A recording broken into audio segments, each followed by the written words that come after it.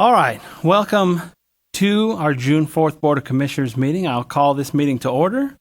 Ms. Hawley won't be joining us tonight, but she let me know well in advance, so she'll be excused for tonight.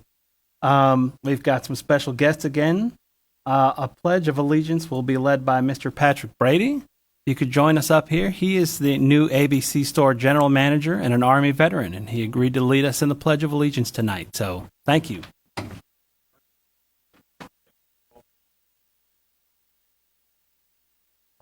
Turn your mic on so the internet can hear you.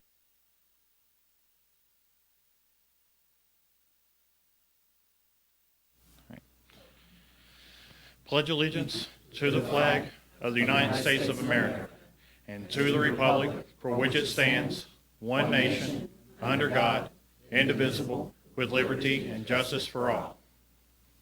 Thank you, Patrick. Thank you. For invocation tonight, we've got Jason Williams. He'll be joining us. He is the pastor at Hood Memorial Christian Church. Thank you, Jason. Thank you all. It means a great deal to me to be with you tonight. Thank you. Will you join your prayer with mine? Holy God, we ask your blessings on the town of Anger. We ask your blessings on the people of this town. We ask your blessing and your wisdom to be upon the people in this room who have been called to serve this community in which so many different people live and work and play. We pray for the safety and security of our officers and our first responders, many of whom are out right now working through difficult and challenging situations.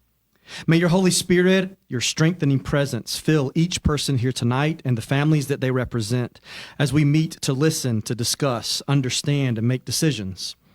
Lord, remind us all this evening that we are all neighbors and that the call and command of Jesus Christ is to love one another. God, I pray this evening that your love would fill every neighbor here tonight. I ask for your peace and your well-being to be upon this town.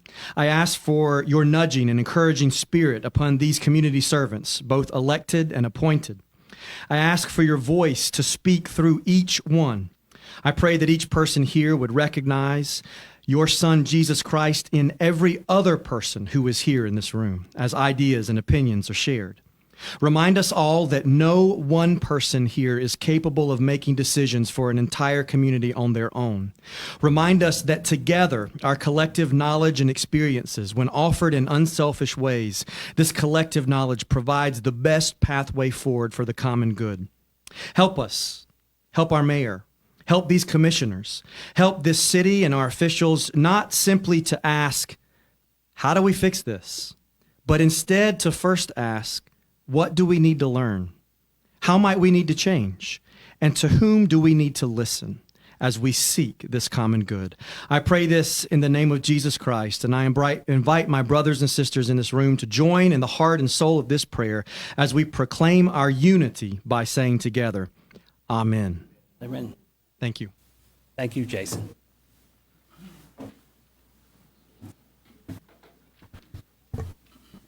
All right, let's start with the approval of the agenda tonight. We've all got it beforehand. Are there any changes? And if not, I'll entertain a motion to approve it. I'll approve the agenda as written. All those in favor, raise your right hand. That's unanimous. We're going to start with two presentations tonight before we go to public comment and then a very long list of agenda items. Our first presentation tonight is by Ms. Fran Bishop, chairperson of the Andrew ABC Board. She's got a presentation for us tonight.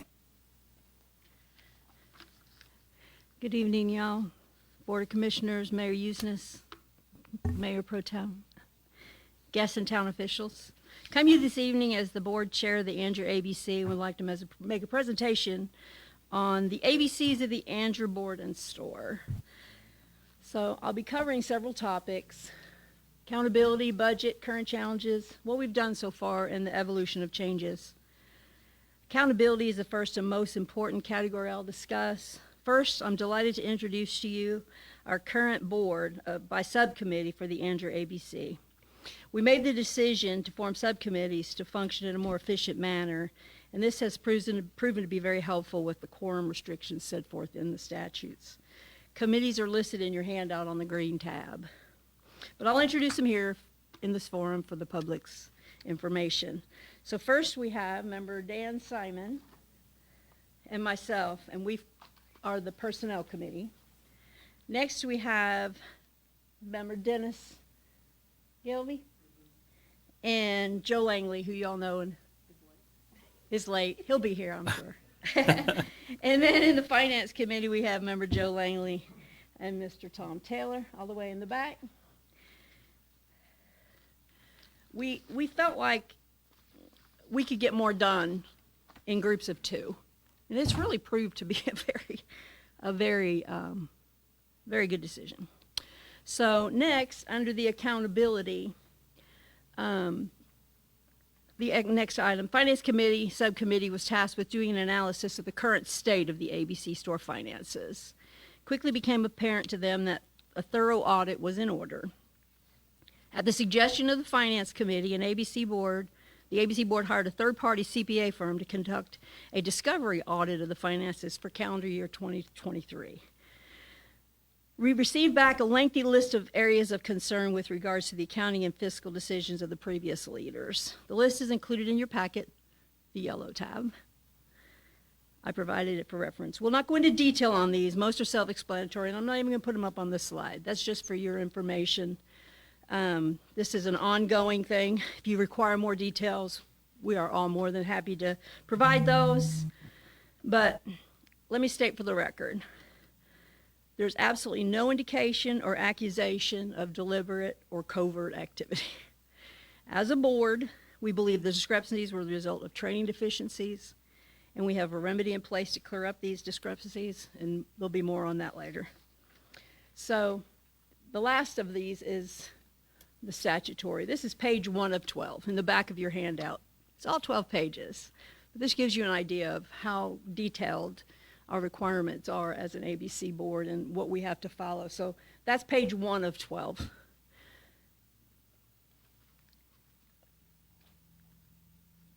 We are 100% committed to following those and have done so since day one. So just so you know. All right, so that's A. Now we're up to B. B stands for budget. A lot of reasons to have a budget. Besides the statutes, budget is necessary for building for the future, making reasonable forecasts, increasing profitability, and making larger disbursements. If you don't know where you are, there's no possible way to know how you're doing until it's all done and it's too late to make changes. So I'm all about being proactive versus reactive. A budget is one of my very favorite words. I know that's strange. But as far as the 2024-25 budget is concerned, it would not be prudent to present a 24-25 budget at this time. We're asking to extend the current budget for a month or two pending the final adjustments from our audit. We plan to present an updated 24-25 budget sometime late July to early August. There are several line items in the current budget that need to be adjusted for the future. We'll be making those changes for the good of the town of Andrew and its citizens. Our CPA firm doing this deep dive has promised to have this project completed by the end of July at the latest, at an estimated cost of $20,850. $20,850. While it's a lot of money, it's necessary to get things on track with respect to spending, allocations, disbursements, profit margin, etc. Assure you that no stone will be left unturned, and we will be on a path to much more accountability, profitability, and accurate fiscal reporting. So when I talk about the budget, and this is one of the two slides I'm going to go into a little detail, okay? So when I say profit margin, this is what I'm talking about. I did this little spreadsheet several months ago. It's only through the end of April, but it shows the prior years. So 10 months of the fiscal year compared to the previous 5 years and how we're trending. So if you see the red arrow, taxes, so at 10 months into the year, we're at 129% on taxes. It's never a good feeling. And then our profit margin has been in steady decline. You know, from 1207 to 795. In the end of December, it was 3.9. We're now trending at 9.36%.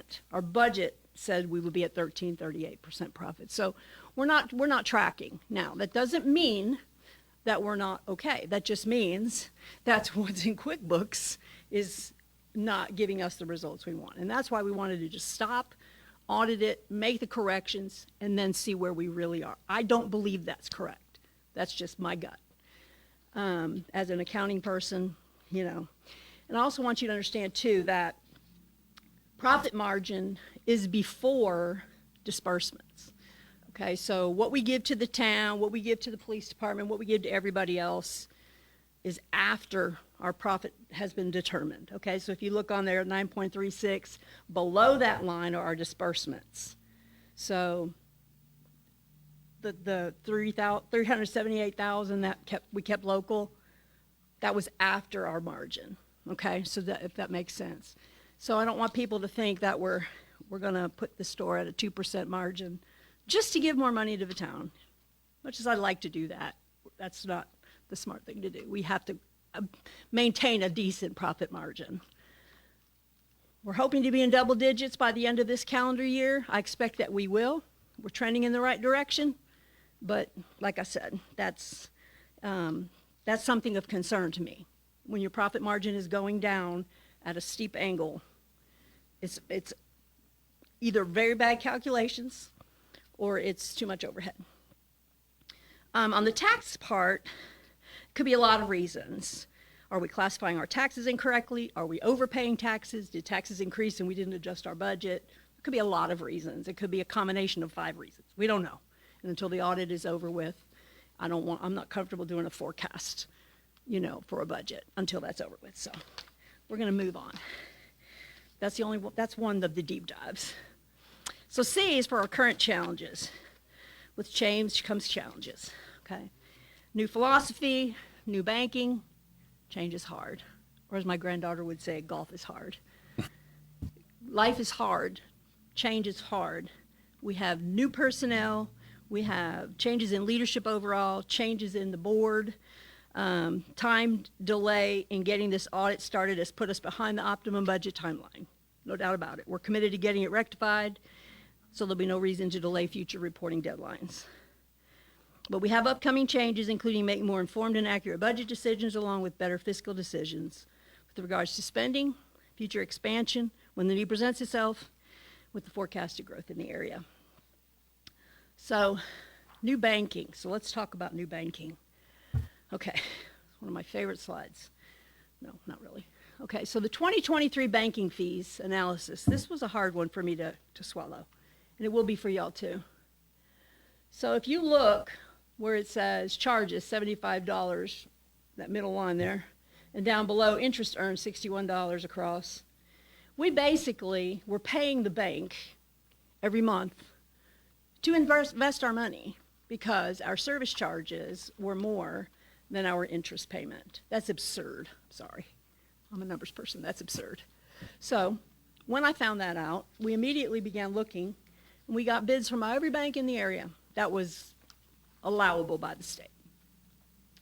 So we got interest of $648, and we paid out $900 in fees, not counting what it cost to get a stop pay, and not counting the other stuff. This is just monthly fees. Had we made this change, we're changing over to a new bank. We're in the process of doing it. It's going well. Had we made the change 1 year earlier, we would have earned $31,263 in interest on our balances. We averaged $640,000 in our money market account, and roughly 900,000 counting our checking account. It's absurd. I'm sorry, but that's just plain crazy town. So anyway, we're fixing it. We're getting it going. But this is the only other one we're going to talk about in depth. Everything else is fluff. But as you can see, I think we were right to make that change. What have we done so far? We've adopted a code of ethics for the ABC board. We've hired a new GM, Patrick Brady, and a finance officer who chickened out and didn't come, Gianna Kramer. We created an employment handbook, which was desperately needed. We did a computer upgrade, a system backup. Those computers were not backed up at the time when we inherited it. We're in the process of getting the CCTV upgrade in process, and I'll give you an example of that. So we have 5 megapixel cameras. They were set to 1.3 megapixels, which is basically grain. Like you zoom in and you get like dirt. You can't, So I'll go into more detail on that. But anyway, so we've done that. We replaced the hot water heater. rekeyed the entire building, and we changed banks, okay? So in hiring of Patrick, we had Personnel Committee reviewed over 50 resumes from across the U.S., narrowed it down to 16, interviewed all 16. The board interviewed the final applicants, and a new general manager, Patrick, was hired. Lengthy, very time-consuming process, but we're very happy with Patrick from Kentucky as our new general manager. Started at the beginning of May, and we wish him all the best. Stop by the store and introduce yourself if you haven't yet. He's a great guy. We purchased and installed new computers, did all those good things I just told you about. With the optimization of our current equipment rather than replacing it, we're saving a lot of money on our CCTV system because they had been getting quotes to replace it all. It wasn't the issue that the cameras were bad, it was that they were set to 1.3 megapixels. They weren't optimizing the very expensive equipment that we had. So that was great. Dennis was able to bring in an expert that he got a reference from the Chamber of Commerce that's doing local stuff anyway. And yeah, so it's going to cost us a fraction of what it would have cost to replace the whole system. Very thankful that we did all that. Hot and water heater, anyway. So, see the keys? Lovely. Computers, employee handbook.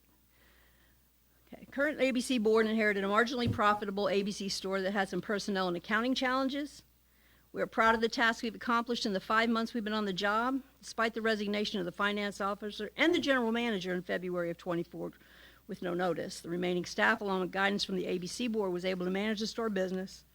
Personnel and finance committees were able to hire outstanding and highly qualified replacements. For the 2025 fiscal year, we expect to continue to increase profit margins, bring overhead more in line with our budget. Town of Andrew is poised for massive growth, and we expect to be proactive versus reactive to that situation. And here's E.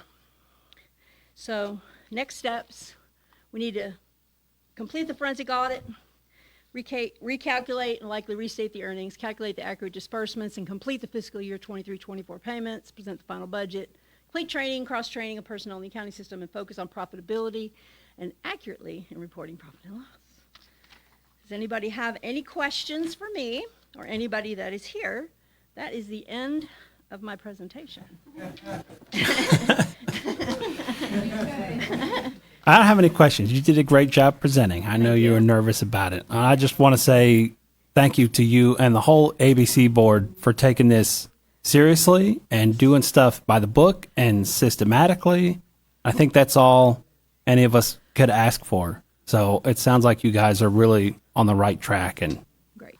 I'm very happy to see that. We So appreciate thank you it. guys. Thank Thank you. all of you. Even Thank Joe, you. who's not here, but you could tell him. It's okay. Thank you. All right, next, we have Stephen Barrington going to join us to speak about economic development. I'm excited to hear about this. You're welcome. Good evening. Hey there. So today, really, what I want to do is just kind of highlight a little bit more about who we are, what we do, as well as some areas in which we think we may be able to team up with the town of Andrew. Let me see here. So first and foremost, we have four folks on our team.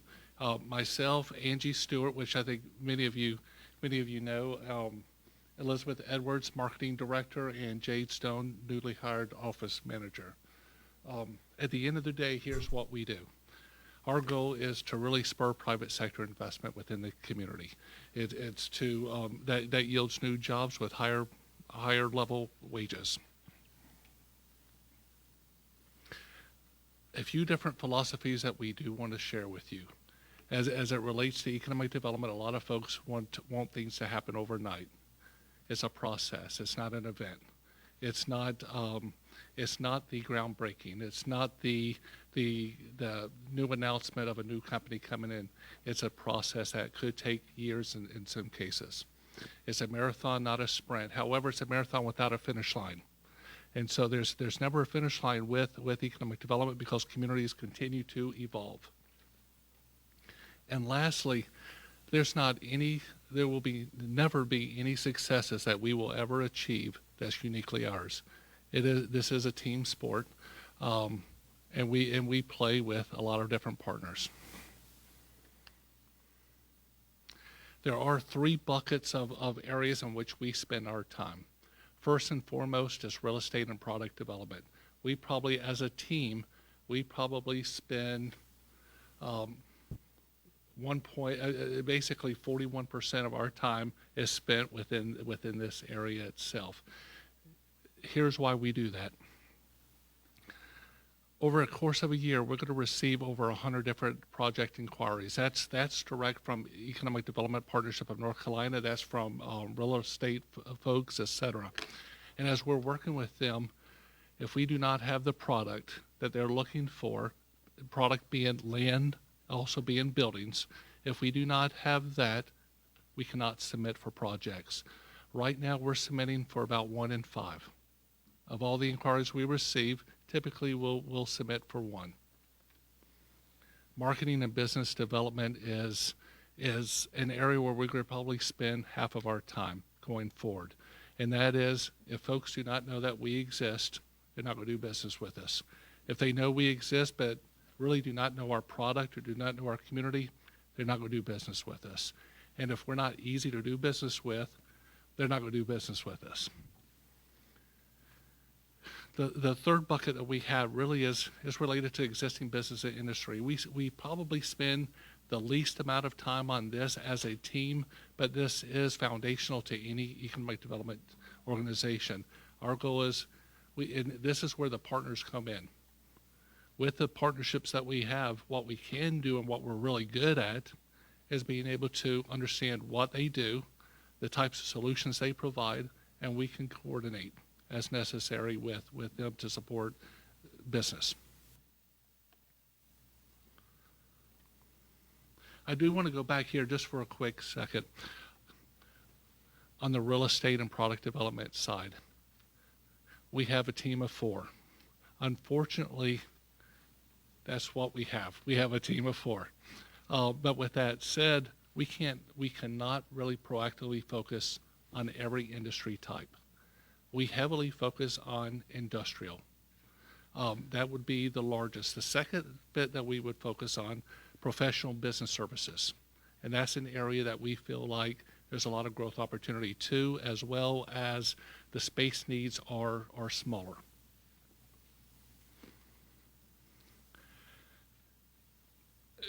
So understanding what we do, where we spend our time, and then what we understand that the town of Anger spends their time from an economic development standpoint through your 2021 plan.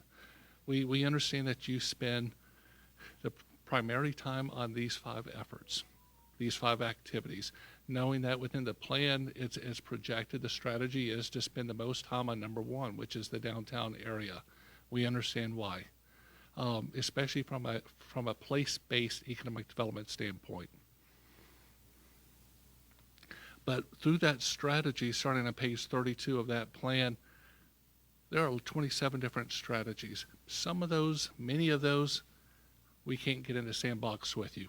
It's just not. It's really not within our wheelhouse to really do that. We don't work on events. We don't work on festivals. We don't work on the nightlife, et cetera, and things as such. However, for communities, those are important. From a place-making standpoint with the economic development, those are important. But here are a few areas where we do feel like there's an opportunity to support the town of Anger with economic development. As the town of Anger is looking at growing their real estate, it wants to invest in real estate from a land use planning, from a zoning perspective, and things as such, things that you can control, whereby you may have designated areas for an office and industrial park, or just a business and professional park, maybe not an industrial, et cetera. We think that those are areas in which we can spend time. Now, in the strategies, they talk a lot about potential areas off of the 55 bypass as one consideration. There are other locations as well. Now, I do want to step back for a quick second. because the industrial I'm referring to in Anger may look very, very different than what we may put off of or look to put off of I-95, or that you come in from Purfoy Road and Fuquay and see that Bob Barker is a different product here. What you'd be looking at here, which is a very successful model if you've not known this, and that is the Bladen County Economic Development Park. Just as an example, excellent industrial park whereby the industrial, light industrial, not heavy industrial by any means, you can have from 10,000 to 30,000 square feet. That would fit very well here in different areas, and there's a market for that. And there's also, we don't have product to support that. Obviously, office and flex, important to what we're looking at. And again, going back to our mission, this correlates with the mission. At the end of the day, the retail, we don't find, the markets could take care of itself. If you start working on the place-based and start doing if there's some facade incentives or different things like you're doing to really grow and beautify the downtown or wherever you're looking at, the market will start growing and you have the residential base to really support it. And it's growing even more so.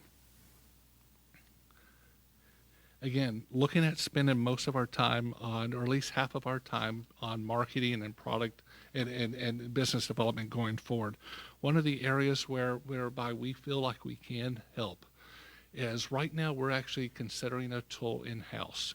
And the tool would allow us to be able to really grab all the different property listings that are out there, land and buildings, that we just don't have the bandwidth to go and try to find every single one. But this tool will allow us to really grab that. What that will do for us, however, is it's not just to put on our website. It will be on our website. However, it allows us, as we're talking to folks over in the Raleigh-Durham area and different ones who, even outside of this market, who have clients and they're just looking for perhaps a new place, et cetera, it's an opportunity for us to tell them about the product here. And again, it goes back to the real estate. Again, this will definitely open up a lot more non-industrial relationships that we have with different brokers in the area and around the region. Again, the third bucket, so now some of the areas in which we can support, we're happy to team up as you have manufacturing, as you have non-manufacturing but looking for business visits, we're happy to engage and be part of some of those opportunities and even provide templates to staffs in terms of, generally speaking, these are the sorts of questions we look for, and if we hear different things, these are it points us to, we need to connect them with this or this or this, et cetera. We have an ability to support communities in that sort of way, and as a team. We don't want to come in and do it solely of ourselves. We would work with Chrissy and others to be able to do that sort of work here. A book recommendation I have for you. Economic Development is not for amateurs. So it is so good, isn't it? So Jay Garner was one of my instructors over at the Oklahoma University at the Economic Development Institute. He's one of the authors of this book. Ross Patton's another, is in Kentucky. And he is a practitioner, or was a practitioner of economic development there. The reason I have the second book is they wrote a second one. It's still not for amateurs. It just adds 2 more chapters.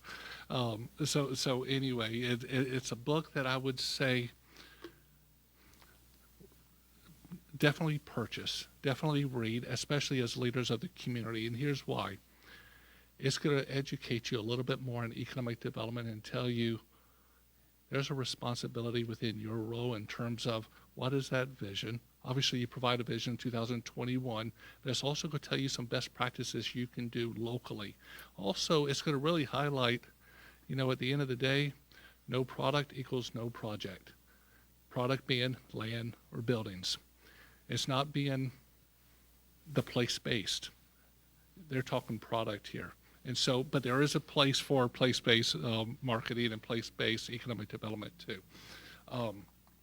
Nevertheless, in the first book, I haven't bought the second book, so I don't know the extra 2 chapters. But just to give you an idea, these 8 different 4, and then another 4 chapters are in that book. Very short read, big print. You'll be done with it in no time. Are there any pictures in there? There's no pictures. All right, okay. That's fine. In summary, we're always looking to partner with communities and private sector investors to really be able to grow the, to be able to grow the product that we have within the market. Again, if we do not have the product, they're not going to come here. Now, I will tell you what's leading this effort at this point is a lot of companies are coming here because of workforce. However, those are for the larger projects. For the ones that I'm referring to with the 10,000 to 30,000 or the office professional, how many folks are leaving to go outside of Anger every day to work?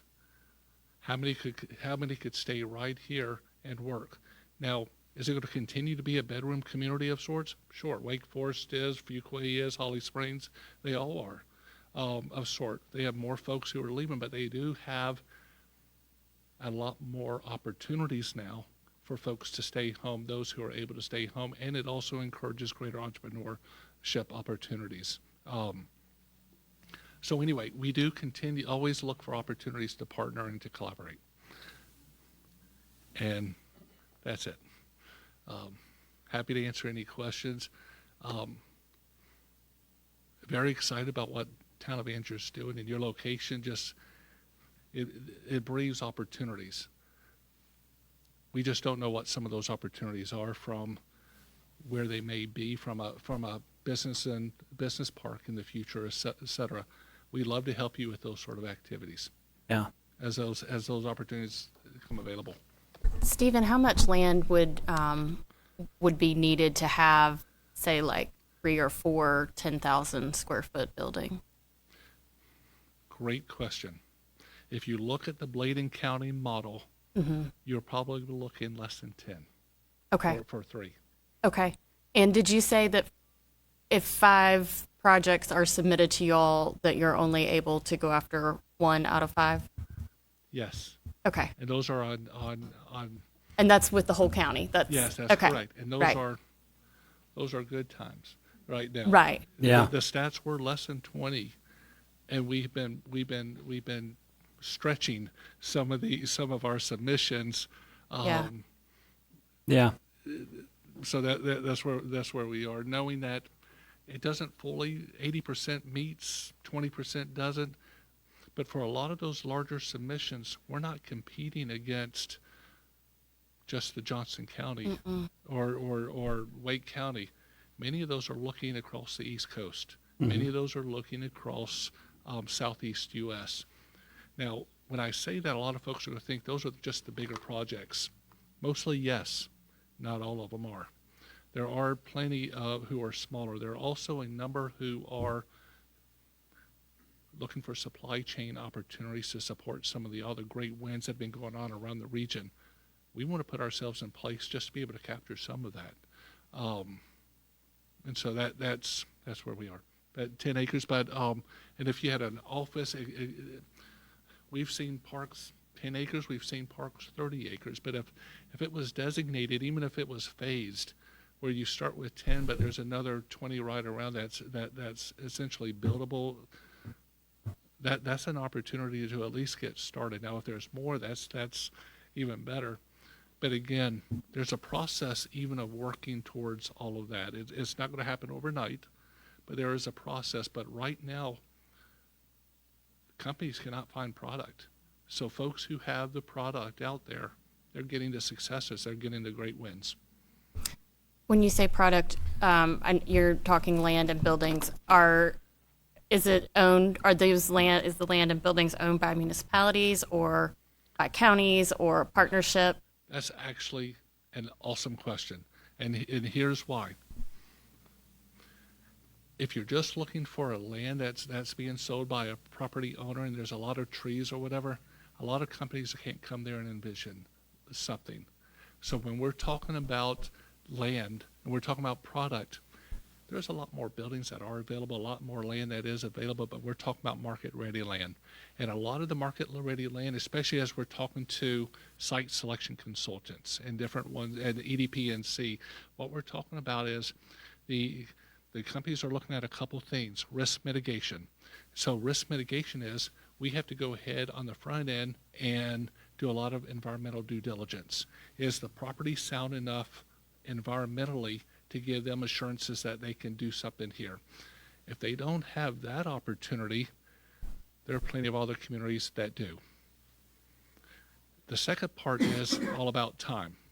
So if they come in and they just look at a bunch of trees, essentially even the due diligence has been done, but they're looking at trees and they know they're going to have to clear, grub, grade.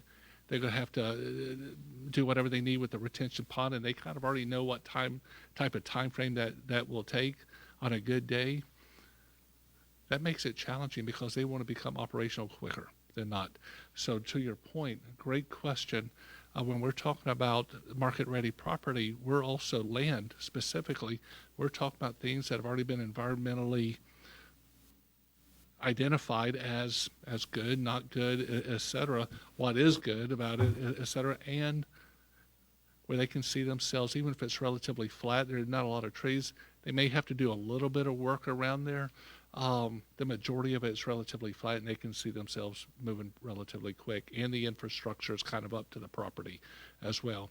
Now, the reason why we're also, from a real estate perspective, looking at the light industrial, the smaller light industrial, and the office and professional, part of that reason is because it doesn't require it doesn't have all the same sorts of requirements that some of the larger projects do in terms of what is your proximity to a 4-lane road, a major 4-lane road where the trucks can come in and out, and or just the infrastructure, or well, it does have proximity to the same, like to the airports and ports and different things like that. But those are the major hurdles right there. That's why we're looking at those sorts of things as being, frankly, the town of Andrew could do. There's something we could do really special here as it relates to building that type of product up and really encouraging more businesses to grow here, right here in the town of Andrew. So aside from the town investing themselves in it, the other way we can help encourage more product available is through our comprehensive use plan, unless I'm understanding that wrong. That's also part of it. That 100%, that will absolutely be, that's part of the larger picture of, is that right? Is the zoning right? How friendly are you to businesses if they come up here to the table to look? Are you pretty much, if they come up and meet all the requirements that are stated within the statutes and ordinances, are they good? Or are there some hiccups or conversations we need to have prior to and things like that? It's all about ease of business as well from that perspective. A lot of opportunity. Well,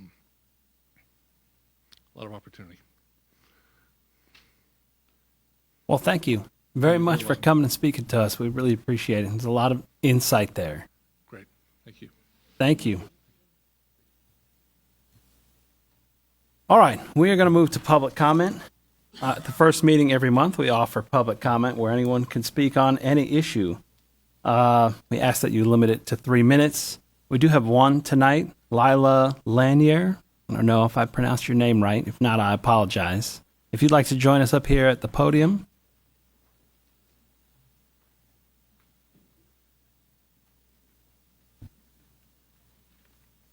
If you could give us your name and address for the record. And I'm Lila Lanier, and my address is 144 North McLean Street, Coates, North Carolina. But I have property on 125 MacGyver and 216 South Raleigh.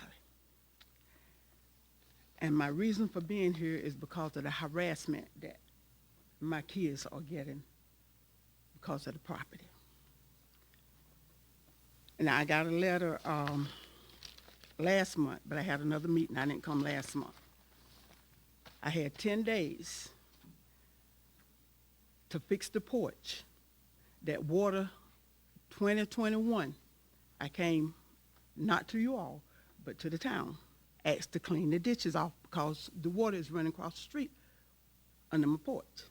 2022, came to the town, cleaned the ditch out. 2023, the same thing.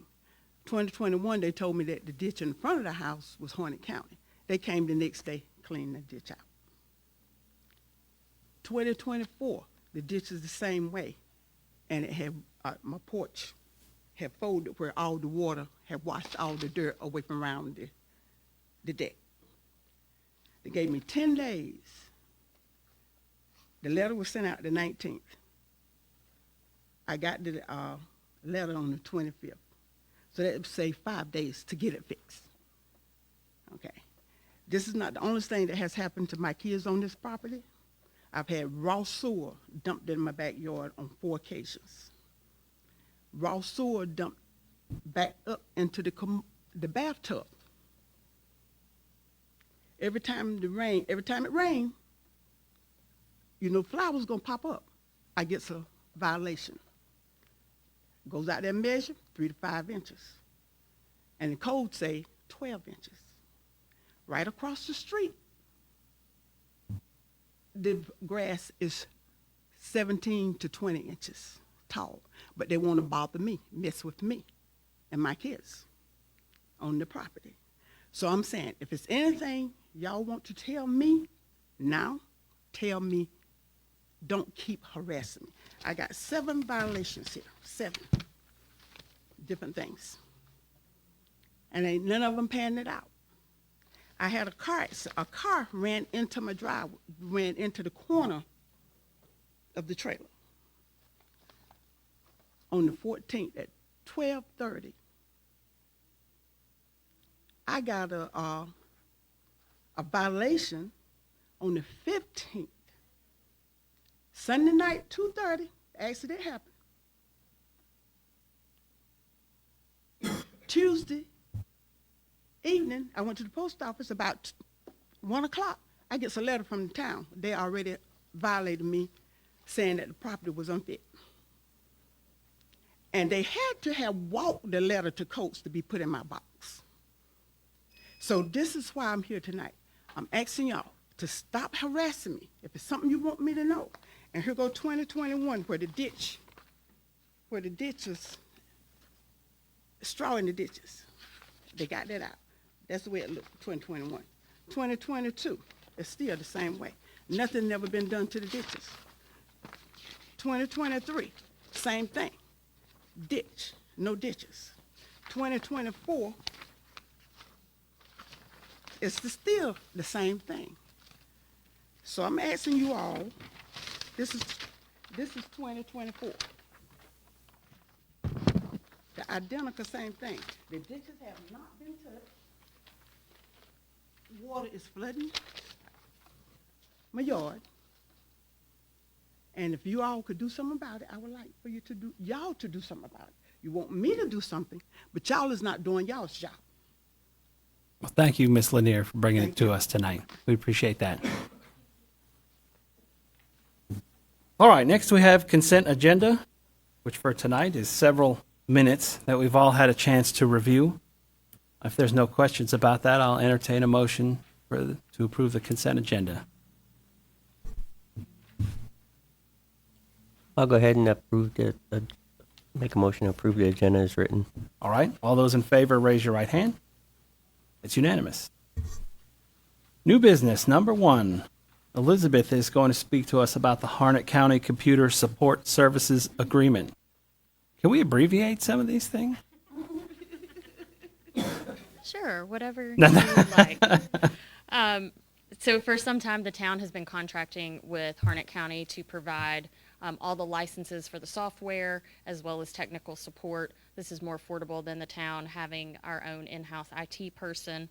So we're asking you to approve the agreement for the coming fiscal year. The funds have been budgeted in your fiscal year 25 budget, which will be before you at our next meeting. Okay. Does anyone have any questions for Elizabeth about this?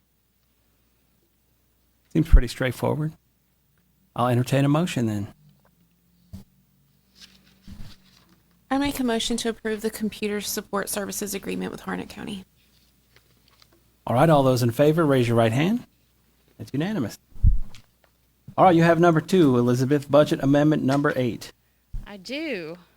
Samantha is not going to be with us for a little while. She is proud mommy to a new baby girl, so we Congratulations. are very happy for her.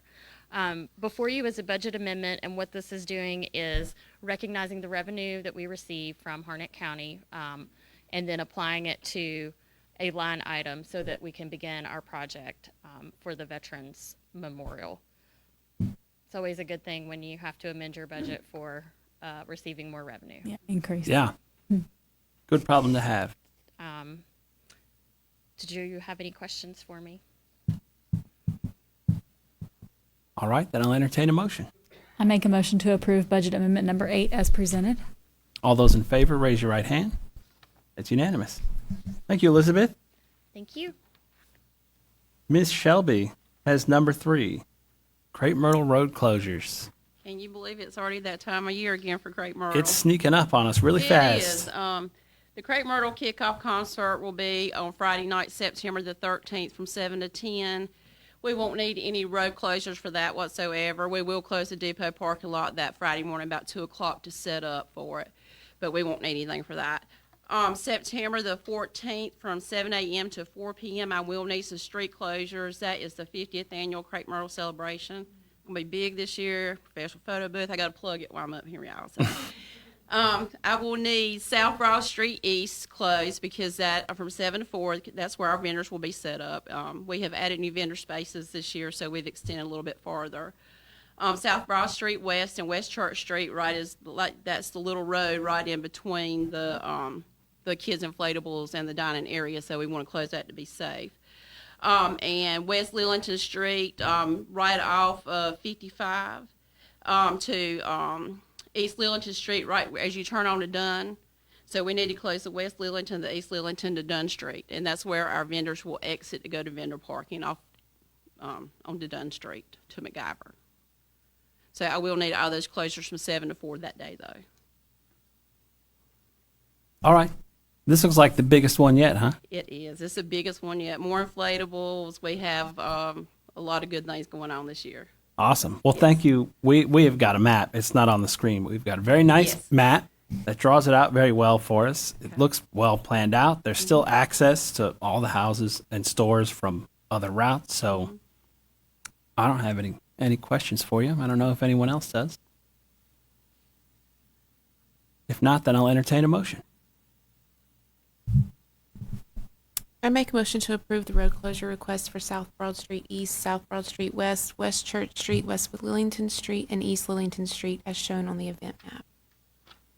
All right. All those in favor, raise your right hand. It's unanimous. Thank you. Thank you so much. All right. Next, we have Jimmy. There he is. Always a pleasure to see you, Jimmy. Always a pleasure. Look good. Did you get a haircut? Looks good. I did. Looks good. Thank you. Thank you for noticing. All right, good evening, board. Hope everybody's doing well. Before you should have the action form for the Division of Water Infrastructures, the authorization to award contracts 1 and 2. Contract 1 being with Caldwell Tanks. They're the company that is going to be building our 500,000-gallon water tank. And then contract number 2 with Temple Grading and Construction. They're going to be doing our booster pump station there along Tippett Road. The financial impact is just under $4 million for both of these contracts.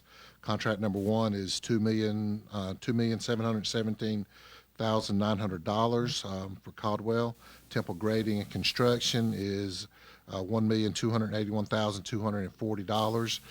As you know, these are ARPA funds that we're receiving for these projects. So there's steps you have to take get Division of Water Infrastructure approval. So we have received Division of Water Infrastructure. We have received approval from DWI. Thank you. So tonight we're looking for a motion to approve contracts 1 and 2. How do these numbers compare to what we expected? them to be? So surprisingly, and credit to our engineer, his engineer's estimate was spot on. So It's good. Seems to be a common theme. we so even far have a with little some bit of of the stuff we're contingency looking money at. left over. So hopefully we don't want to run into any issues. But his engineer's estimate was spot on. Right. So Yes, tonight we're going to cut the next layer of red tape, right? Correct. Now you're going to approve the contracts, and then that way we can we'll have a pre-con meeting with both vendors and get them started on working. So that way they can order materials and move forward. Great. Anyone have any questions for Jimmy about this one? Been a long time wait. I know. We're hacking through all the red tape here. That's what we're doing. But that's the price we pay for using someone else's money for it. So That is correct. here we are. If everyone's good, I'll entertain a motion for this item. I make a motion to approve Contract 1 to Caldwell Tanks, Inc. for the Jenny Road water tank in the amount of $2,717,900, and Contract 2 to Temple Grading and Construction Company, Inc. in the amount of $1,281,240 for the Tippett Road Booster Station based on DWI's Letter of Authorization to Award. That was a mouthful. Sorry to make them so long. That's all right. All Can right. you say that again? I didn't get it all. All right, all those in favor of that motion, please raise your right hand. It's unanimous. Thank you, Jimmy. You've got the next one too, I think. Thank you, Board. Before you, this action form is the professional services agreement for the sidewalk project BL 0090, which is from Andrew Elementary School to Wilma Street and tying into Tanglewood 3 subdivision. So what we're asking for tonight is conditional approval of professional services agreement with Kimberly Horn for project BL 0090, Andrew Elementary School sidewalk design. The financial impact total is $172,111.90. This is an 80-20 matching NC DOT grant with DOT funding 80% of that. So with these projects, the town basically pays the bills up front, then we submit for reimbursement. So it won't be 172 up front. They'll charge us, periodically, probably monthly or quarterly, on the process of the work that they do. And then, so right now we're just requesting a motion for conditional approval of the professional services before you. So more red tape to spend mostly someone else's money. That is correct. Yes, sir. Okay. And I just wanted to point out, this is for the design portion. Okay. Okay. Any questions for Jimmy? All right, then I'll entertain a motion. You did such a good job on the last one. This one's one line shorter than I the make last a one. motion for conditional approval for the professional services agreement with Kimberly Horn for sidewalk project BL 90, Andrew Elementary School sidewalk design based on NCDOT concurrence. Thank you. All right, all those in favor of that motion, raise your right hand. It's unanimous. Oh, he's going to manage the crap out of some projects. No, this one is actually a task. This is actually a task. No, it sounds like a project to me. They're all projects. All right, I'm scrolling. You have the next one too, number 5. Let's keep this ball rolling, Jimmy. I do? I think I'm done. We That just was- did that? Yep. Yeah. All right, then Number I'm done 6. with you. I do have one thing before I step away, if you got just a second. Okay. Just to update you on the paving, NCDOT is paving NC 210 from Lillington to the Johnson County line. So they're going to be starting on that this month. They will skip the downtown section of Anger as they work with DOT to work with the signalization of the streetlights. So you'll see them stop somewhere probably right here at 55, then jump over and pick back up property along Pleasant Street and continue on out to Johnson County. Hopefully in July, they'll come back and finish this section in here. So we will have here at 55 and 210 a left, right, and through lane. Here at North Broad, there was not enough room to put a left turn there. It would squeeze it too much. It would interfere with our through lanes going to Willington. And there also will be a left turn lane there at North Willow Street, there at the Red Barn, so people can turn North Willow to a left turn lane to get onto North Willow to go to the park. And did I read that they're doing this work primarily at nighttime? That is correct. All right. Yes. This morning, they had Okay, good. 'Cause that's just what we need is more reasons to slow So everything down. there'll be So- some milling going on, and then also do some utility repairs. They have to adjust manholes and valve boxes, so they'll be working on some of those through town. Great. So you Thank said they're you. going to do away with the left turn lane on the Broad Street? So the board wanted us to follow up with them to see if we can put a left turn Right. onto North Broad. There was not enough room to be able to do that with majority of our traffic coming in. towards Lillington to be able to keep a left through and right turn lane. You would just condense it too much right here at the stoplight to be able to stack some cars. Gotcha. So that's why they said they could not do that at this time. And that's coming from which direction? So if you're coming, so the turn lane was going to be as you're heading Towards- east, right there at the light. Right. You know, the board wanted us to look into a left turn lane Right. there, and that's what, you know, when we reached out to them, they said that wouldn't be feasible because it would actually impact this more. Gotcha. Because you're having a left turn lane, so you lose, you know, The in other width. words, you can widen that out a little bit as long as you continue to head east, or excuse me, west. Perfect. Thank you for that update. Thank you. All right, thank you. All right, Veronica, you have number 6. And that's a long one, so I will just let you present it to us rather than the short one. rather Next than one is the introduce long it. one. Well, the title is very long, and Okay. so rather than reading the whole thing, I'll just let you explain it to us. Okay. Yearly, the town routinely passes resolutions to authorize both Harnett and Wake counties to levy and collect taxes on behalf of the town of Anger. This process requires approval every year. So basically, these resolutions are just so that they can collect the taxes on our behalf. Okay, We and this can't is get to something that we fast. do all the time. Yes. It's just a formality that we need to pass a resolution for it. Any questions for Veronica on this one? Cut and dry.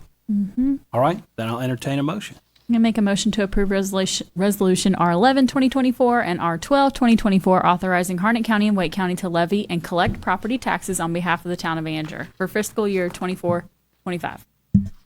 All right, all those in favor of that motion, please raise your right hand. That's unanimous. You have the next one too, Veronica? Okay, this one's a little longer. All right.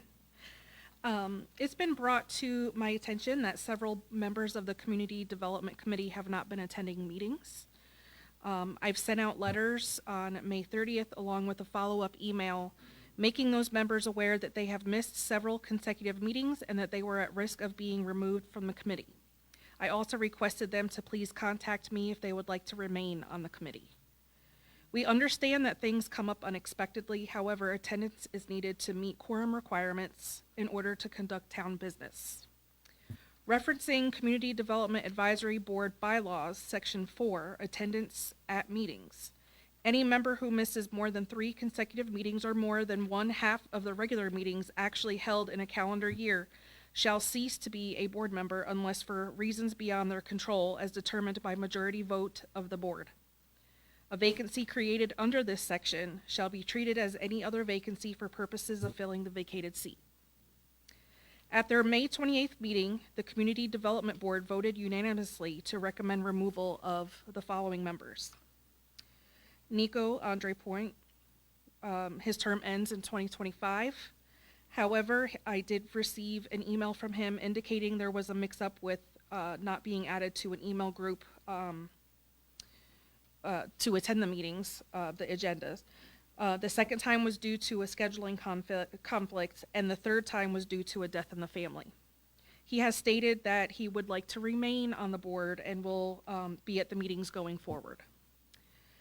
I did not receive a response from Keisha Atkins, whose term ends 2025. Mark Amico, I've received an email. He would like to resign as there were work conflicts that required him to travel often. Gregory Eason's term ends 2025, no response. Per board opening and application procedures policy, vacancies must be advertised for a minimum of 14 days. At this time, I would also like to address the staggering term issue. Due to unforeseen circumstances, changes in staff and advisory board members, we currently do not have staggered terms on this board. The bylaws state, Section 3, member terms, all members shall serve a 2-year staggered term beginning January 1st. Instead of new members finishing out the aforementioned member's term, I would like to suggest that the replacement members be appointed to either a 1-year or 3-year term so that we can have the staggered terms. All right. I don't have a question for you. I wanted to say this is a tough one. You know, we appointed these folks, and we certainly understand that they had nothing but the best intentions to serve the town. The fact is that this board has not had a quorum since March, from what I could see. They haven't had enough people show up to, you know, take any official action. So, you know, we owe it to the town to make sure we fill these boards with people who can come and be a part of it. This is, you know, all of our advisory boards are important. This is, to some of us, maybe the most important one, or certainly extremely important. And we need people to show up for that. I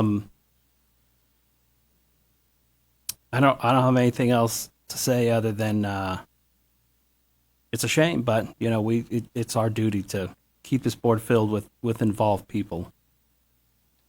As someone who first started getting involved with the town, came before the board and asked for an appointment, was appointed to a board, not the one that I asked for, but I still was appointed and ready to serve. However, it conflicted with an existing board that I was serving on, and I had to be removed. And it was really hard for me to take that, because I felt like I was letting the board down after having asked and applied and gone through the motions.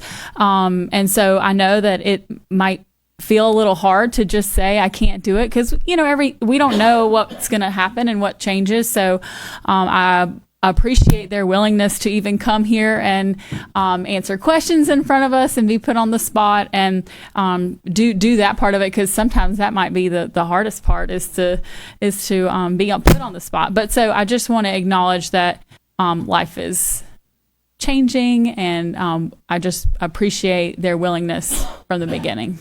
Mm-hmm. Any other questions for Veronica? You guys want to do these all together, or do you want to do them one at a time?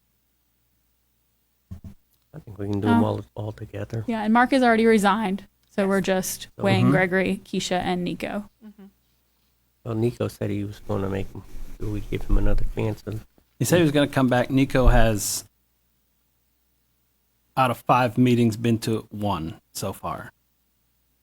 So we could split them up however you want and discuss him more individually, or well, I think it's pretty cut and dry with there being bylaws, and those rules exist for a reason. Yeah. And so, you know, if life changes for him in the future and he wants to apply again, and you know, he certainly has that opportunity. Absolutely. So. I mean, any of these folks feel welcome to apply again. They feel like their schedule will be able to accommodate. All right. Let's do a motion on this, and then we'll briefly talk about reappointment and terms and stuff like that. I need a motion from you guys. I make the motion to approve the removal of the Community Development Committee members due to lack of attendance. All right, so this motion is for all 4. All 3? Well, one is already resigned. So you're not counting Mark Amico? He's already resigned. Okay. All right, all those in favor, raise your right hand. That's unanimous.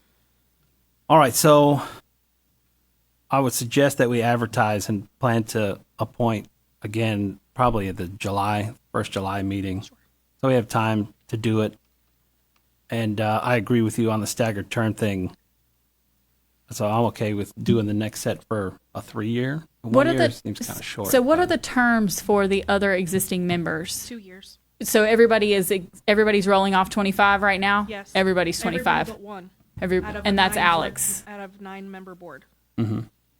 Out of a 9-member board. Mm-hmm. So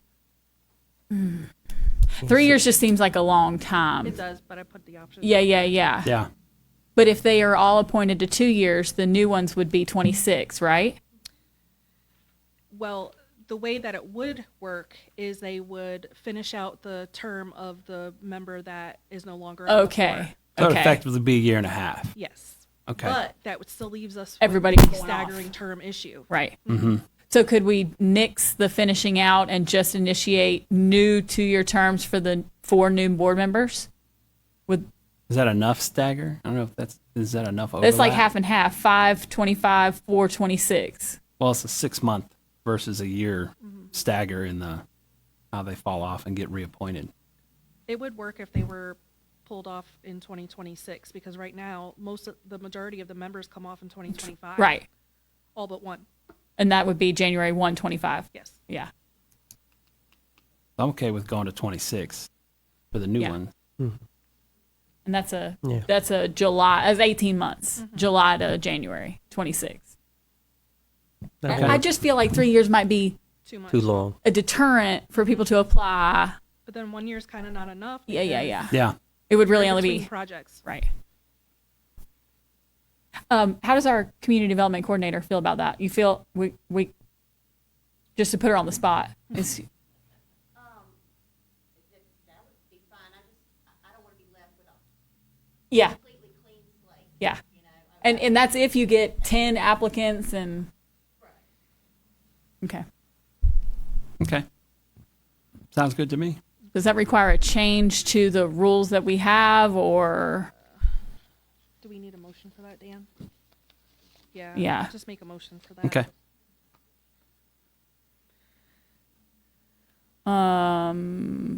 what's the motion? Change the rules or just appoint Just new appointments appoint going new through 20? members from July to Okay. July 2024 to January December 26. 2026.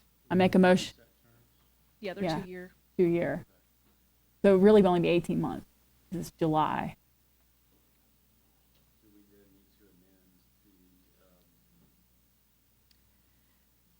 I think once they do this, we wouldn't have to amend it, because right now there's 9 members on the board without staggering terms. So they all come off in 2025 except for one that comes off in 2024.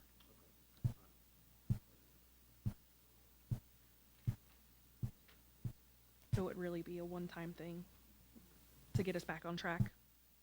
Okay, I make a motion to approve the appointment of 4 new Community Development Advisory Board members for 18-month term from July 1 or July 24 to January 26. Yes. Okay. Well, it Without would be December 2026. December Yeah. 26, excuse me. Mm-hmm. That sound like a good motion? All right. Yeah. All those in favor, raise your right hand. It's approved. Thank you. Thank you. All right, Elizabeth has got an informational item for us. So as you all are aware, we are a member of the Central Pines Regional Council, also known as a COG, Council of Government. What is a little bit unique about that is that we are the only municipality in Harnett County that is a member of that Council of Governments. Everyone else is a member of Mid-Carolinas, which is based in Fayetteville. They have collaborated in the past when the board was searching to fill the manager role. So Justin Hembry and Lee Worsley, the 2 executive directors, facilitated that. Commissioner Harmon asked if we should have a discussion about which COG is better suited for the town of Anger, being that there are a lot of big fish in the Central Pines group, being Raleigh, Durham, Chapel Hill, Carborough, Southern Pines, and perhaps we have more in common with the municipalities that are represented in Mid-Carolinas. They both offer similar services. If there was ever a case that Central Pines couldn't assist, then they have a MOU with Mid-Carolinas to where Mid-Carolinas could provide the service. So I just thought that it might be helpful to have that information and for the board to have a discussion on where you think the town is best suited to be as far as the Council of Governments. And as I said before, there would be no issue with changing it because I've already talked to both of the executive directors. Okay. So we're talking about switching and not joining both.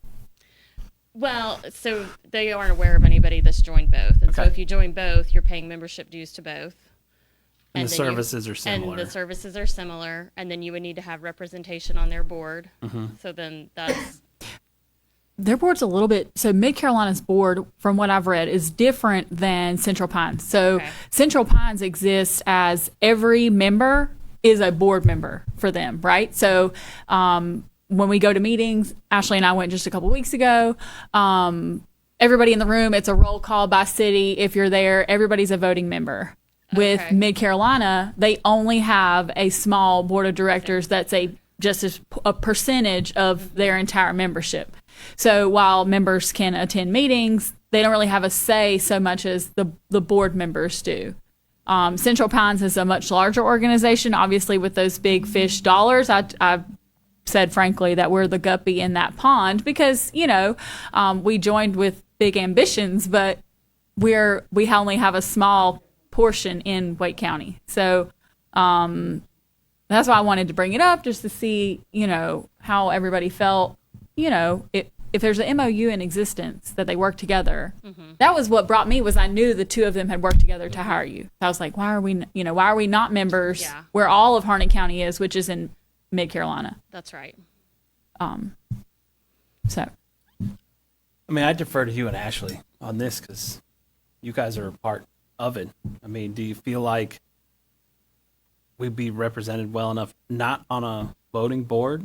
Do we need that kind of representation, or do you think we'd be fine in that different format? What's one benefit? What's the one benefit more than the other one, or? well, considering that they work together, Right. they're mutually beneficial. Yeah. So Thing is, which is going to be the best for us. right. Mid Carolina, I've looked at their meeting. They meet at the same frequency as Central Pines, and it's quarterly. So their meeting is not till August. The Central Pines meeting is not till August. They do meet on Saturdays. Mid Carolina meets on Saturdays. Central Pines meets on Wednesday evenings. So, they are a little bit different. Being that Central Pines has more dollars to work with, their presence is more widely known. The things that what we do in our meetings is a little bit more informational just because they have the dollars to spend to bring the speakers and do all the things. So it's really informational. I've learned a lot being a part of it.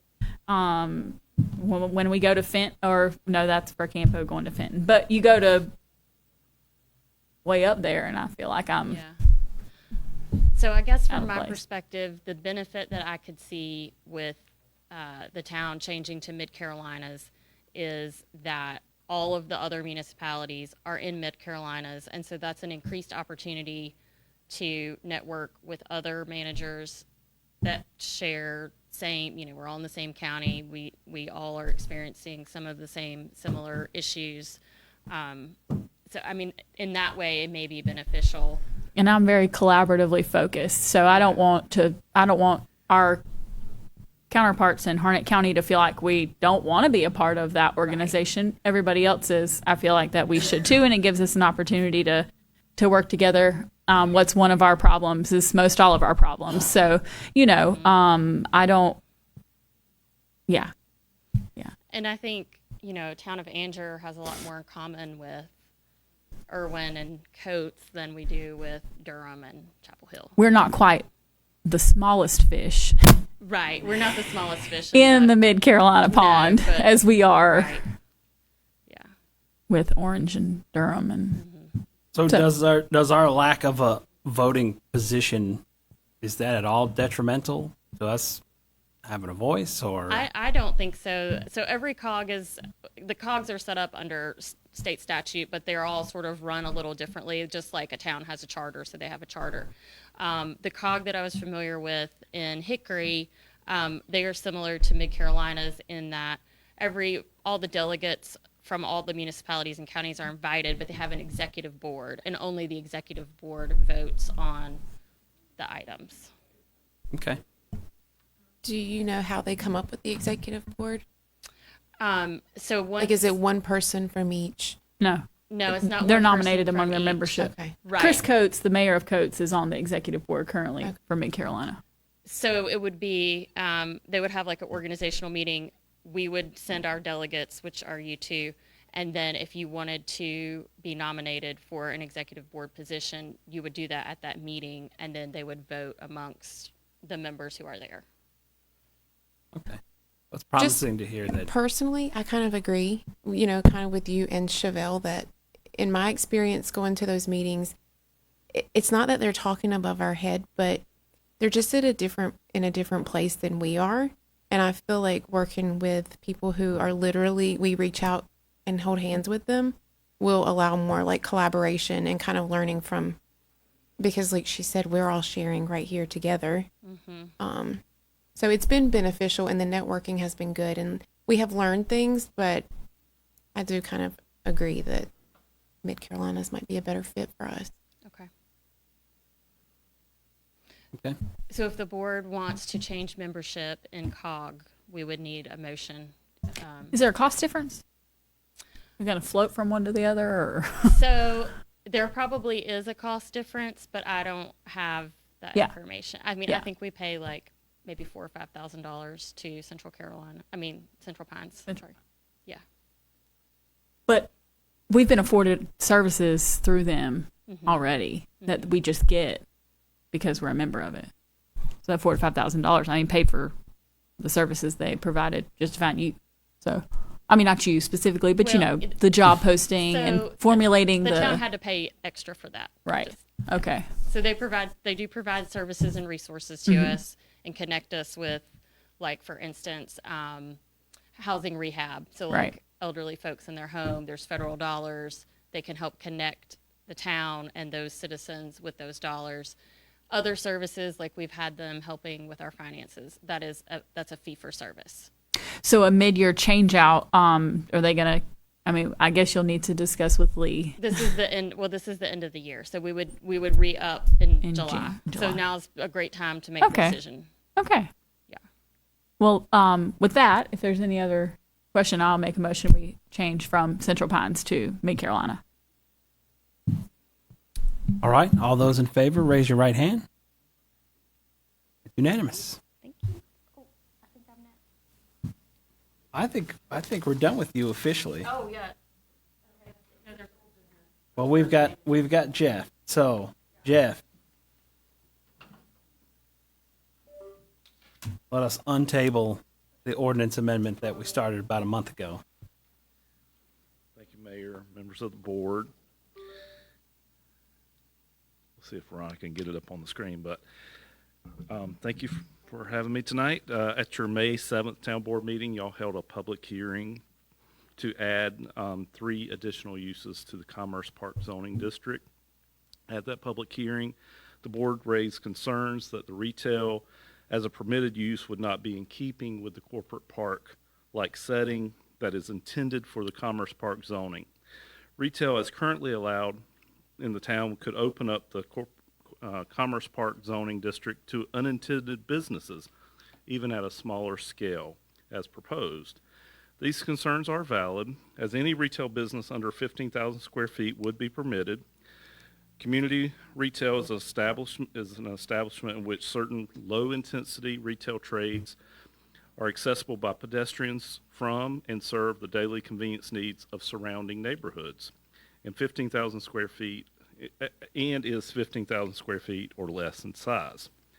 Commerce Park zoning is not intended to serve adjacent neighborhoods, as most likely Commerce Park zoning would be in those high traffic areas such as the bypass that would not lend itself to being close to residential areas and pedestrian traffic. So I know at the last board meeting, you all asked some questions about where the Commerce Park zoning currently exists.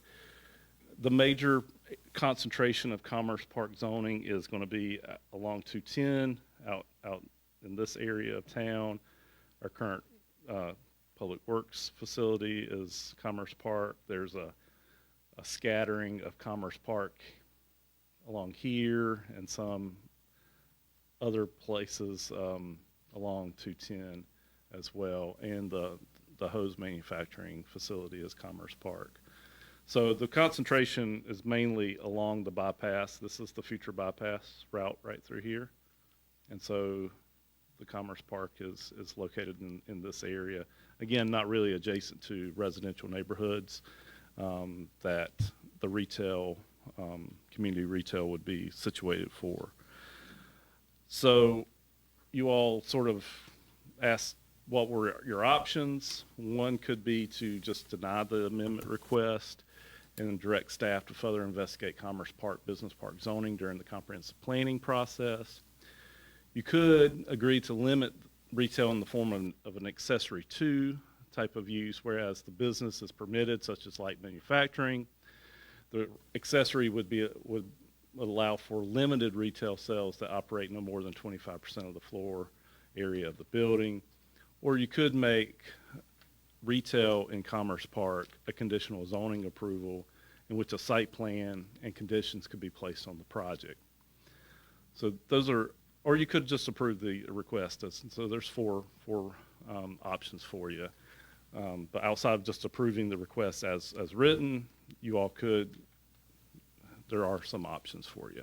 Mm-hmm. All right, I've been thinking about this for a month. We don't have a light industrial zoning specifically. No, we don't. So that's, I looked around at neighboring municipalities, and the closest that I could find from theirs was like a light industrial Correct. setting. And I found that they did allow a lot of similar things that he's asked to add to it. Mm-hmm. I think we need to, we had Stephen Barrington up here speak to us about finding places for light industrial and making sure we're easy to work with. So I've become more amenable towards allowing something. I'm kind of leaning towards the conditional zoning approval, because what I don't want to do is make a sweeping decision that will either not allow things that would be great for our town on one hand, or allow things that are unintended consequences of straight allowing it. And that's, from the beginning has been my internal battle is, are we going to get more good or more problems we didn't see coming with this? So I like the conditional, because then on a case-by-case basis, we can make a decision about something very specific in each case. So I'm a big proponent of conditional, there would be a lot of uses that would continue to be permitted by right in commerce zoning. I think in particular you're talking about the retail at a limited scale there. Well, so the retail you talked about last time that I can relate to the most in construction is a lighting supplier or a tile supplier that would have a retail showroom. Mm-hmm. The places we go to look at tile is primarily a tile warehouse and a showroom, or a lighting warehouse and a showroom. And so that's the kind of business I don't want to lose, because it brings warehouse jobs, retail jobs, the whole range of career opportunity for that, and a taxable inventory, hopefully. So I don't want to just say no and potentially lose something like that if we don't do this. Is that what we risk if we just say no straight across? Would something like a tile or a lighting supplier still be allowed? I think there would be other avenues for that particular business to engage with the town through a different type of zoning, a rezoning process to a different district. Just because you say no to retail uses in Commerce Park doesn't mean that there's not opportunities for retail for that parcel or parcels that are currently zoned Commerce Park to be rezoned to something else. Such as, general business that we have in town. Well, what's the easier path, I would ask? If a tile supplier came and said, we're ready to open a warehouse and a showroom, is it easier to say, we could apply for this conditionally, or you could go there, but we'll have to rezone that parcel? I think the risk, and Stephen talked about that earlier in the meeting, the the risk would be to try to rezone from Commerce Park to general business and have you all sort of, you or future use, contemplate what all those uses might be allowed in general business. And so keeping it as a conditional zoning in the Commerce Park setting would say that you're open to the idea for retail, but still within that corporate park-like setting. But it could streamline that, It could, yes. And it still gives us control It does. over what happens there. Yeah. Okay. So the type of retail use that was requested, and I pulled it back up the agenda just to refresh. The types of uses he was asking for were not accessory type. Well, he asked for a retail, Community retail. and personal services. And I think banquet facilities. Yeah. So sort of personal services and banquet facilities are separate. Right. I think the focus of that evening was retail. We had a lot of discussion on that.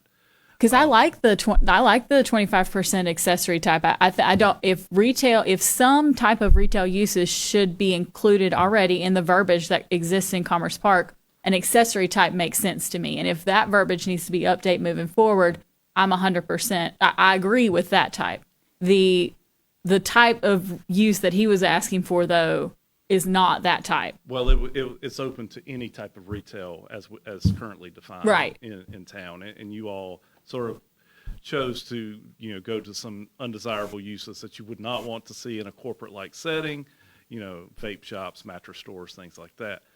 What you're speaking to, Mayor, is a warehouse that is currently a permitted use in Commerce Park. Right. Where a percentage of the floor space is set aside for a showroom.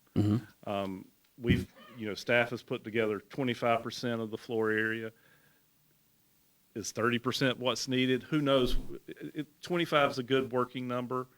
If we had somebody come in and needed 30 or 35%, there's ways to allow that for that too through a variance case. So right now we're already at 25.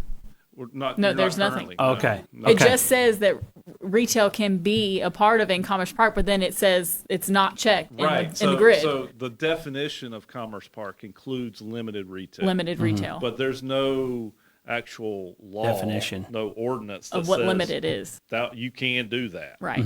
It just speaks to retail, limited retail.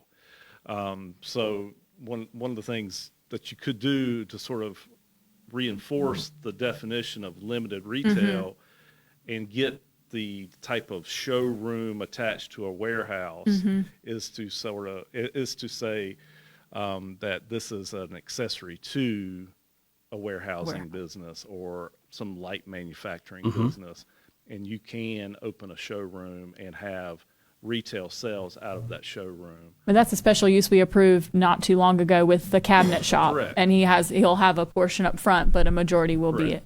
Correct. And that was a light industrial rezoning. Well, that or was special use. That was a special use because that was general business. That's right. And so in general business, we allowed for light industrial type uses and to have that showroom as part of that. Yeah. Can we agree to the limited retail and then also do the conditional zoning? So Can we do both? I think you could do both. We could create a category of limited retail in the form of an accessory to, and that be defined in the ordinance. And then I think you could just say retail larger than 25%, all retail, what have you, what comes to you in the form of a conditional zoning. Town may support that, and we don't want to say to some future business in town, go away, we don't want that. So Right. I think, Ashley, I think you're right. We could do both. Because ultimately the goal of the Commerce Park was to be a more manufacturer or industrial suited park. Right. Yes. But if they want to be anything other than what they've defined themselves as, a conditional rezoning would be required.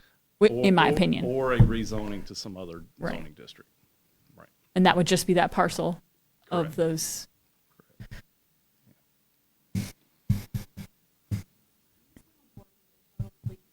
Mm-hmm.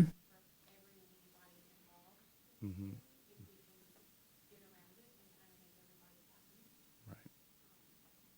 Yeah, I'm wondering if we combine 2 and 3, because if we say that we're okay with 25% retail as an accessory, and then just allow that to go normal process without having to come before us, Correct. because we probably Yeah. can agree that that sounds like a good number, and so something like that could just go right on through the process. Being that this is your expertise, do you feel like the original intention of limited retail space was something? Absolutely. Okay. And that's what we don't want to be, is just no. I don't want to be no. I want to, Yeah. how can we make best use of? And I think without it being written as an accessory to, Yeah. there could be an interpretation where it's already allowed Right. as an accessory to. Just not ticked. The permitted use is warehousing, and the primary use is warehousing. I think there could be an interpretation that says, oh, and you could have limited. We have a retail closet sales. that we're using, Right. This just lays out the town is good with 25%. Yeah. No questions asked. There's no interpretation from me or future me's.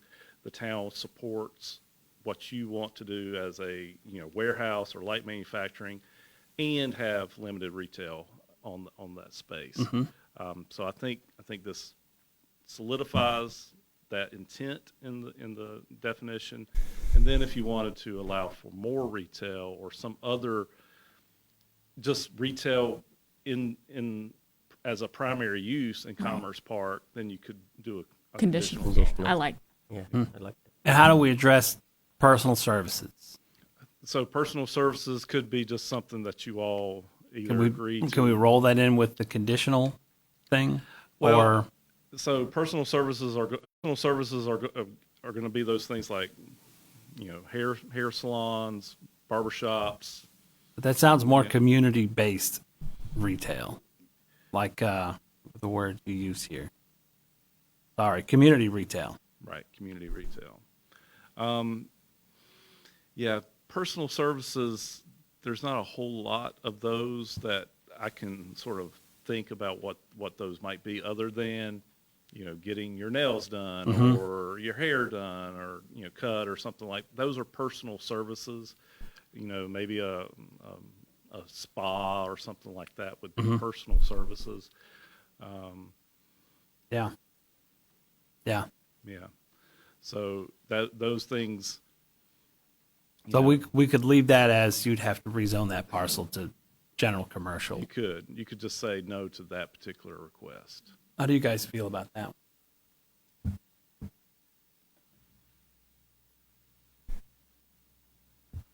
Or do you want to leave it open to come as a conditional zoning approval and stay Commerce Park? That's an option, right? Yeah. I want to leave the With door this open, condition, but I with want to this- have a bouncer at the door. That's what Yeah. I'm. And put conditional zoning in there, like we were. So if a standalone beauty salon wanted to open up in the Commerce Park zoning district, you all would prefer to see that as a conditional zoning request. Right, I think so. yeah. Okay. A lot of times in my experience with salons, they don't open as just a standalone, right? So it's often built as a shopping center style where there's multiple lease spaces, and then a salon is part of that. Correct. My mom's a salon owner, and she's in a building that has multiple things. So if someone was wanting to come in and build a office space, is that personal services, or is that? I guess it would be depending on what they're doing. Yeah. Then we ask the applicant, what are you doing inside Right. the building? It's like, well, I'm leasing it out to different. Yeah, if they're making suites for folks to Well, rent something out, like Share Suites. If Share Right. Suites wanted to open in Commerce Park, that would be. It sounds like you all are leaning towards conditional zoning. Yeah. As part of that. There's more process. information. I think so. Yeah. I'm fine with setting the Yeah. 25. Yeah. Does So would you want 25% of a particular business to be able to have personal services as well? I don't think so. I think Okay. we stick with what we talked about For on retail. the retail side. Correct. With Okay. 25%. And even then, if someone wanted 30, they could bring that in through conditional. Right. And then any of the personal services as conditional. And I mean, you all, I know you don't want to say no, but personal services in a business park setting as a standalone business Yeah. is not something that if you looked at other locations that a light industrial zoning Yeah. You wouldn't find. you wouldn't find that. No. Yeah. So I think it's hard to predict the future and what is necessarily going out there. And one of the things that I struggled with thinking about this was not knowing. We just are trying to formulate in our minds like what could potentially be going out there. right. Well, I mean, there's always ways for folks to petition the town to change something. That just takes a process. Yeah. So what we don't know today won't necessarily hurt us, but actions that we do know that we do Yeah. today may impact what Yeah. a future business that would want to locate in our corporate park or business park like setting. Stephen's not here, but if he were here, he might say, you want to keep that open for, light industrial, general office, type of uses, and not stray too far from That's the mission of the town creating a business park and setting. building it in that way from the get. Right. Right. It's been. It's not like this was existed a year ago. Right. So what's the downside if we leave personal services? Because I kind of, am afraid to block anything out, and I'm willing to put the time in to hear a business and say, I don't really think that one would work in this setting as a conditional. So Just sounds like more work for you and us to field them. So if a true personal service business came to me and said, we'd like to be in town somewhere, there are other zoning districts Yeah. that we would talk to them about. Okay. We would direct them to. Yeah. We wouldn't necessarily ever say Commerce Park Yeah. is where you want to be. Right. Unless you make that as a permitted use. Right. There's just other places and a way to petition the town to do something different through a rezoning process to a general business. Speaking of the banquet hall ask, right? So there's obviously an intention with that request. The banquet hall or like a venue style facility, is that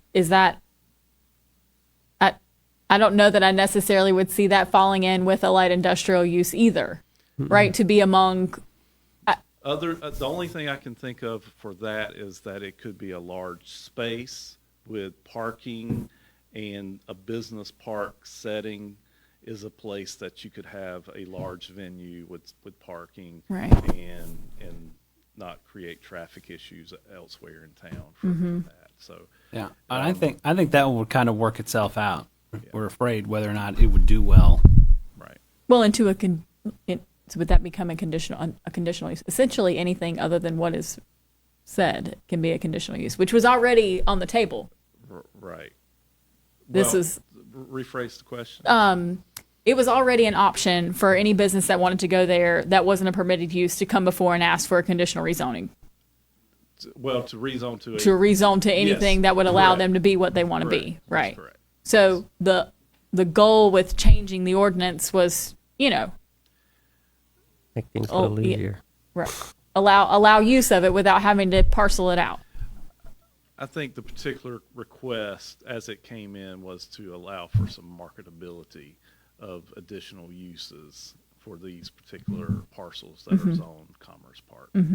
I'm not sure that there was a particular business in Right. mind or anything like that. There may have been, but this request was market driven or marketability driven.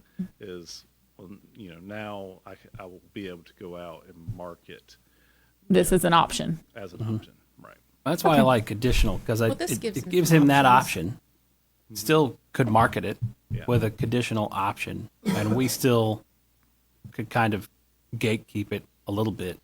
And the only downside I see is that we get flooded with conditional requests that really just don't work at all. And we could readdress this again in a year if we find that the conditional things kind of backfired on us. Yeah, I like the idea of where you're going with the retail. 25% that's permitted by right, along with the permitted use, and then conditional zoning for any retail outside of that. Yeah. Personal service was always sort of like, I'm not sure what that What does about for like an us. office building with therapists and things like so that? those would be medical providers. Right. and Okay. that's a different use. Okay. Yeah. So that would be something, and I'd have to look at. Okay, well, that's a good point, though. Yeah. But it could very easily be interpreted as personal, personal services. service. I mean, Okay, so medical is right here, and in Commerce Park, it is permitted use already. Okay. And other professional offices. Professional offices, yeah. Right, is permitted. It's really that personal service, such as, a beautician, barbershop, Okay. spa. Yeah. No, I can see it's already, because I'm in my head, I'm going through personal services, but it's already broken out It is. pretty well. It Kind is. of the ones I'm worried about running off are already in there. Right. Yeah, a doctor's office or medical facility is already allowed in Okay. Commerce Park. All right. Do you need a motion on those two? Do you want to I think, let me put together some A little language more, for you okay. all to consider Yeah. at the next board meeting. Okay. And, That'd be great. Yeah, and That'll we'll work. take from there. Sounds good. Well, thank you for Thanks, fielding our Jeff. questions. Thanks, We Jeff. got all- Thank you. I mean, I know this just happens in your head, and we're trying to wrap our heads around it. So I very much just appreciate Let it. me go back to banquet facilities Okay. real quick. Are we leaning towards okay with that, or is that something that you want as a conditional zoning, or? I would say conditional zoning. I'm just afraid that there's a use out there under banquet hall that would actually work, and we're going to cut it out. I know. What I don't want you all to go and get comfortable and zone everything conditional zoning. right? Yeah. Because that is easy, right? Oh, yeah. And then that makes work on y'all, work on us. Yeah. That's why I really like where we landed on the retail thing. Yeah.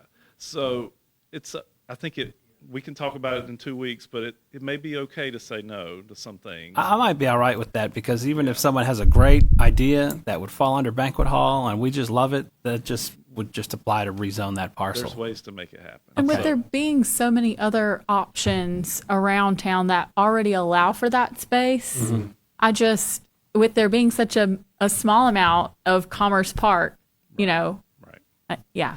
Yeah. Okay. I'll get something together for y'all to consider next time. All right. All right. Thank you, Jeff. Thank you, Jeff. Thank you, We Jeff. appreciate it. All right. We have manager's report.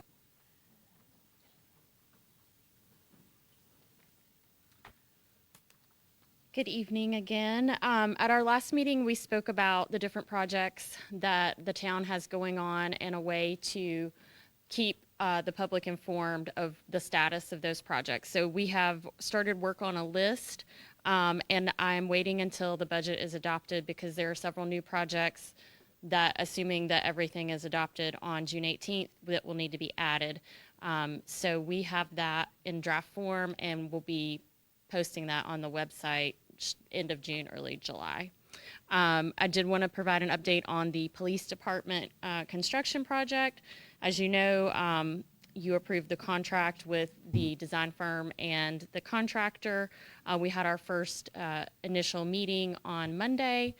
We've got some other police stations that we're going to go visit to see what we like and what their experience was, what worked, what didn't work. We're also working through several items that are required by USDA for the funding. So staff will continue to work on that.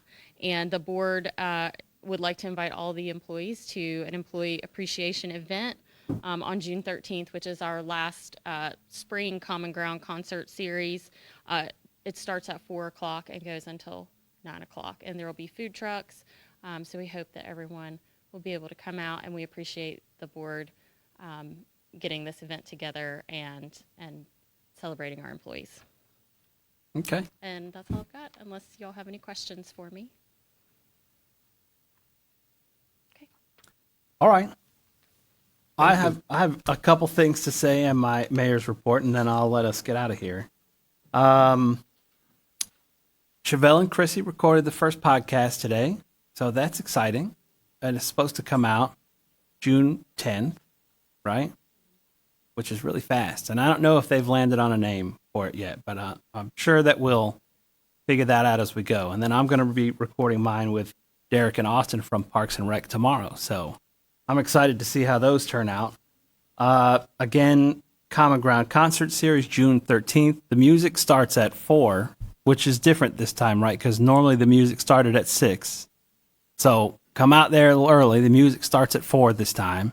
It's the last concert in our spring series, and it has the Makers Market and the food trucks and the beer vendors and their bounce houses again. My kids love the bounce house.